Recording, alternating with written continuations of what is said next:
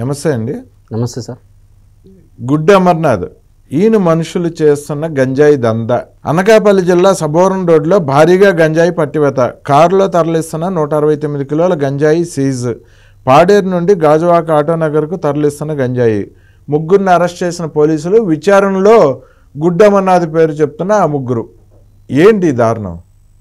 గుడ్డి అమర్నాథ్ ఎన్ని పత్తిత్తు సొద్దుపోస కబుర్లు, సుప్పిని సాంప్రదాయాన్ని కబుర్లు చెప్తాడు ఎప్పుడు మీడియా ముందుకు వచ్చి. సార్ ఈయన ఐటీ శాఖ మంత్రి గతంలో, గుడివాడ అమర్నాథ్. ఐటీ శాఖ, గంజాయి శాఖ, ఐటీ శాఖ మంత్రి, ఓకే, ఇన్ఫర్మేషన్ టెక్నాలజీ శాఖ మంత్రి. సార్ దావోస్కి వెళ్ళమంటే నాకు చల్లేస్తుందని చెప్పినటువంటి వ్యక్తి ఏదో చెప్పాడు.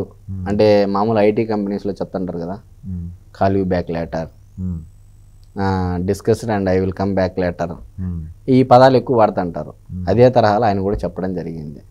అంటే ఏ స్థాయిలో ఒక నాన్ ప్రొఫెషనల్స్ని పెట్టేసి మంత్రి పదవులు ఇచ్చేసి ప్రభుత్వ ఖజానాకు ప్రజల సొమ్మును ఏ విధంగా విచ్చలవిడిగా ఇదేళ్ళు ఎంజాయ్ చేశారనేది ఇదే నిదర్శనం సార్.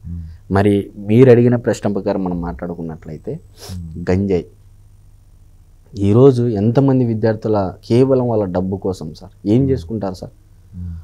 పరుల యొక్క కుటుంబాలను నాశనం చేసి ఒక అబ్బాయి ఒక గంజాయి అలవాటు పడితే ఆ కుటుంబం ఎంత వేదన పడుతుంది అనేది వీళ్ళకి తెలుసునా సార్? మరి ఇప్పటికీ గంజాయి మూలాలు బయటపడుతున్నాయంటే ఏ స్థాయిలో గ్రౌండ్ లెవెల్కి వెళ్ళిపోయిండల్లా ఇది గంజాయి మూట. 169 కేజీలు సీజ్ చేశారంటే కారులో తరలిస్తా. అది కూడా వాళ్ళు పట్టుబడినటువంటి ఎవరైతే నిందితులు ఉన్నారో వాళ్ళు గుడివాడ అమర్నాథ్ పేరు చెప్పడం. మరి ఇప్పుడు ఇది చంద్రబాబు నాయుడు గారి కుట్రే అంటారా? మరి ఇది పవన్ కళ్యాణ్ గారి కుట్రే అంటారా? ఇది లోకేష్ గారి కుట్రే అంటారా? ఎవరి కుట్ర అంటారు? ఇప్పుడు పట్టుబడిన వాళ్ళు ఎవరి పేరు చెప్తున్నారు? గుడివాడ అమర్నాథ్ పేరు చెప్తున్నారు. అంటే ప్రతి ఒక్క కాన్స్టిట్యుయెన్సీకి నాకు తెలిసి వైజాగ్లో పోర్టులో పట్టినటువంటి ఆ డ్రగ్స్ కంటైనర్ ఏదైతే ఉందో అక్కడి నుంచి ప్రతి కాన్స్టిట్యుయెన్సీకి పోయినట్టుంది సార్. ఇది ప్రతి నియోజకవర్గానికి డ్రగ్స్ అనేది అక్కడి నుంచి ఒక పద్ధతిగా సప్లై చేస్తున్నట్టున్నారు. ఇది చూస్తుంటే అలానే ఉంది. ఏంది సార్ ఇంకా ఇప్పటికీ గంజాయి పట్టుబడ్డం ఏంది సార్? ఉక్కు పాదం మోపుతామని చెప్పేసి ఒకవైపు సీఎం నారా చంద్రబాబు నాయుడు గారు ఆదేశించినప్పటికీ ఇంకా గంజాయి మూలాలు బయటపడుతున్నాయంటే ప్రక్షాళన చేయడానికి ఎంత సమయం పడుతుంది? ఒక విద్యార్థి ఒక గంజాయికి అలవాటు పడితే దాని నుంచి కోలుకోవడానికి ఎన్ని సంవత్సరాలు పడుతుంది? ఆ తల్లిదండ్రి ఆవేదన, ఆ ఫ్యామిలీ యొక్క ఆవేదన ఎంత ఉంటుంది? ఆవిడ జీవితం నాశనం అయిపోతుంది కంప్లీట్. ఒక్కరి జీవితం కాదు సార్ ఇక్కడ, ఆ ఒక్క జీవితాన్ని నమ్ముకొని ఆ తల్లిదండ్రి వాళ్ళ ఇంట్లో వాళ్ళు ఎంతమంది అందరూ నాశనమైనట్టే. అవును. మరి పరిస్థితి ఏంది ఈరోజు? విజయవాడ, గుంటూరు లాంటి ప్రాంతాల్లో బ్లేడ్ బ్యాచ్ తిరుగుతూ ఉంది ఈ గంజాయికి అలవాటు పడి. ఆ మత్తులో పీకలు కోసేది, దొంగతనాలు చేసేది, హైవేల మీద పోతుంటే బండ్లు ఆపేసి బలవంతంగా బెదిరించేసి మొత్తం దోచేసుకోవడం, పర్సులు సెల్ ఫోన్లు అవసరమైతే చంపేస్తున్నారు కొందరిని. అవును. మరి పరిస్థితి ఏంది? దీనికి బాధ్యులు ఎవరు? కేవలం మీ ధనార్జన కోసము, కేవలం మీ యొక్క వ్యక్తిగత అవసరాల కోసం కాదు కదా సార్. అది మీ యొక్క వల్ల రాష్ట్ర విద్యార్థుల యొక్క భవిష్యత్తు నాశనం అవుతా ఉంది. మరి దీనికి సమాధానం ఎవరు చెప్తారు? మరి చెప్పినంబడి కేసు పెట్టి గుడివాడ అమర్నాథ్ మీద లోపల వేయాలన్నా లేదా సార్? ఖచ్చితంగా చేయాలి. ఎక్కడ పోయినాయి సార్ చట్టాలు? ఎక్కడ పోయినాయి ఈ పోలీసులు? ఇప్పుడు ఒకవైపు చంద్రబాబు నాయుడు గారు ఆదేశిస్తూ ఉంటే ఎందుకు పోలీసులు ఇంకా ఉపేక్షిస్తున్నారు? ఒకవైపు పవన్ కళ్యాణ్ గారు చెప్తున్నప్పటికీ ఎందుకు పోలీసులు ఉపేక్షిస్తున్నారు? ఒకవైపు నారా లోకేష్ గారు చెప్తున్నప్పటికీ సపరేట్ కమిటీ పెట్టారు ఈ డ్రగ్స్ మీద. అవును. ఈగల్ అని చెప్పి ఎక్కడ పోలీసులు ఎక్కడ పని చేస్తున్నారు? ఎందుకు మీరు పని చేయట్లే? ఎందుకు మీరు పని చేయట్లేదని చెప్పేసి నేను ప్రజల తరపున అడుగుతా ఉన్నా. పని చేయండి. అదే ప్లేస్లో పోలీసులు ఉన్నటువంటి వాళ్ళ ఇంట్లో కుటుంబ సభ్యుడు, వాళ్ళ అబ్బాయి ఎవరో ఒకరు ఉంటే అలానే బిహేవ్ చేస్తాడా సార్ పోలీసు? ఈ గంజాయి ఈ అక్రమ రవాణా వెనుకున్న గుడ్డి అమర్నాథ్ ఐటీ శాఖ మంత్రి, ఇప్పుడు ఐటీ శాఖ మంత్రి లోకేష్ గారు. అసలు ఏంటండి వీళ్ళిద్దరికి పొంతన? పోలికే పెట్టద్దండి సార్. అసలు అది ఎత్తకూడదు. మీరు ఆ క్వశ్చన్ కూడా అడగడమే రాంగ్. నన్ను అడిగితే లోకేష్ గారితో గుడివాడ అమర్నాథ్ పోలికే సార్ చండాలం కాకపోతే.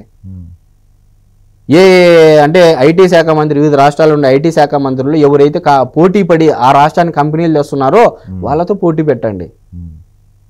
ఈరోజు దేశంలోనే అతి త్వరగా అతి శక్తివంతంగా ఎమర్జ్ అయ్యేటువంటి లీడర్ నారా లోకేష్.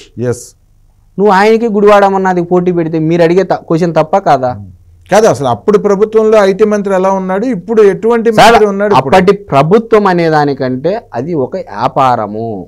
అది ప్రభుత్వంలాగా నడవలేదు, ఒక వ్యాపారంగా నడిచింది. ఏమంటున్నారు జగన్మోహన్ రెడ్డి గారు? 2,70,000 కోట్లు మేము బటన్ నొక్కాము అంటున్నారు. తిరిగి మాకు ఓటేయండి అంటున్నారు. అది వ్యాపారమా కాదా? వ్యాపారమే. డబ్బులు ఇచ్చాము, మాకు ఓట్లు వేయండి. వ్యాపారమా కాదా సార్? అది సంక్షేమం అనాలనా వ్యాపారం అనాలనా? మీరు చెప్పండి. అదే జగన్మోహన్ రెడ్డి గారు డబ్బులు ఇవ్వకోకుండా ఒక కుటుంబానికి ఒక ఆదాయ మార్గం, నేను ఉన్నా లేకపోయినా జగన్ అనేవాడు ఉన్నా లేకపోయినా మీ కాళ్ళ మీద మీ ఫ్యామిలీని నిలదొక్కునే విధంగా నేను చేస్తున్నాను అని చెప్పేసి ఆదాయ మార్గాలు చూపించుంటే అది వ్యాపారమా లేకపోతే సంక్షేమమా? ఆలోచన చేయాలి సార్. నేను ఏదో డబ్బులు ఇచ్చేసినా ఏంది ఆ పని చేయడానికి నువ్వెందుకు ముఖ్యమంత్రి? ఈ గుడివాడమన్నాత ఎందుకు? కోడి ముందా గుడ్డు ముందా అనేదానికి ఈ గుడివాడమన్నాత ఎందుకు? నాలాంటిడైనా సరిపోతుంది కదా సార్ ఆ మంత్రి పోస్టుకు. ఎవరైనా గుడివాడ అమర్నాథ్ ఏమంటున్నాడు? దావోస్కి వెళ్తే చలేస్తుంది అంటున్నాడు. ఏంది పచ్చళ్ళకు ఆవకాయలకు ఎంఓఎలు చేసుకున్నామని చెప్పేసి ఆయనే అంటున్నాడు. అప్పడాలకు దానికి దీనికి. ఇంకా దానికి ఆయనే ఎందుకు? నేనైనా ఓకే కదా ఐటీ మినిస్టర్గా. మరి అంటే ఎలాంటి వ్యక్తులను, ఒక ఆయనేమో పోలవరం గురించి నాకేం తెలియదు అంటాడు. ఆయన్ని విద్యుత్ ఇదేది నీటిపారుదల శాఖ మంత్రి. ఆయన నోరు పారేసుకుంటాడు తప్ప ఏ రోజు నీటి గురించి మాట్లాడు.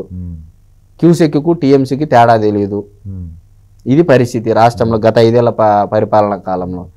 ఈ రోజు అదే నిమ్మల రామానాయుడు గారు తీసుకుంటే ఎక్కడో మనకు సంబంధించకపోయినప్పటికీ కర్ణాటక ప్రభుత్వం కూడా చేతులు ఎత్తేస్తే తుంగభద్ర డ్యాము గేటు కొట్టుకొని పోతే దాన్ని గేట్లు పెట్టేసి అతి కష్టం మీద చేశారా లేదా సార్?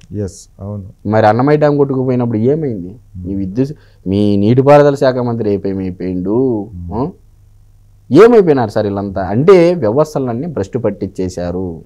అడ్మినిస్ట్రేషన్ అనేది కాదు, ఒక సెంట్రలైజ్డ్ కరప్షన్ కింద గత 5 ఏళ్ళు పరిపాలన జరిగిందనే దాంట్లో ఎవరు కాదనేటువంటి వాస్తవం. ఓకే అండి, థ్యాంక్ యూ అండి. నమస్తే.